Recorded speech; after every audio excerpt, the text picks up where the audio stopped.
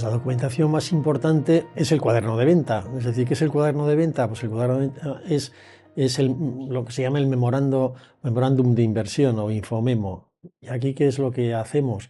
Pues es formular estratégicamente para el inversor un documento de venta en el que describimos cómo es la compañía, pero siempre pensando en el inversor, no en nosotros. Eso es esencial.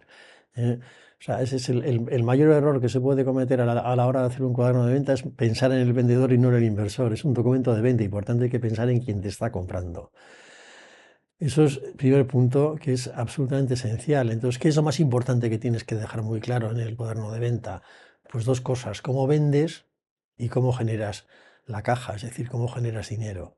Es decir, tienes que establecer claramente el proceso comercial, cómo vendes tus productos, cómo vendes tus servicios y, en segundo lugar, cómo generas la caja, es decir, cómo produces, cómo produces caja, es decir, cómo termina siendo dinero, caja, tu beneficio y cuánto tarda en convertirse ese beneficio en dinero y en qué porcentaje.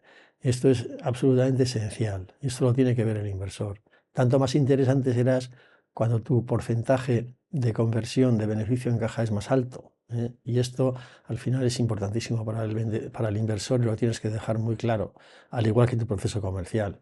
El vendedor tiene que ser consciente y tiene que ver muy claramente cómo vendes y tiene que ver claro la efectividad de esta venta, que es su conversión en caja. Esto es totalmente esencial. Entonces, ¿qué más tienes que tratar en el cuaderno de venta? Pues tienes que tratar lo que se llama el bridge de la venta y el bridge del EBITDA o de la rentabilidad.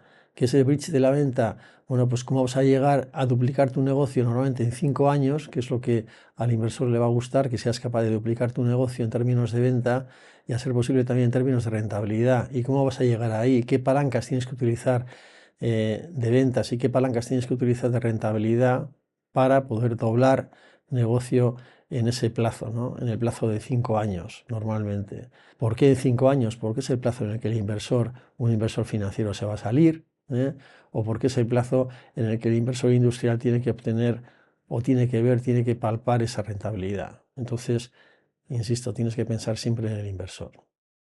Bien, tienes que fijar muy claramente cuál es tu plan de negocio, tanto en términos de cuenta de explotación, de generación de esa rentabilidad, como de generación de caja, es decir, plan de negocio, cuenta de pérdidas y ganancias, a lo que hemos referido ahora, y balance, que es cómo generas la caja, balance de situación.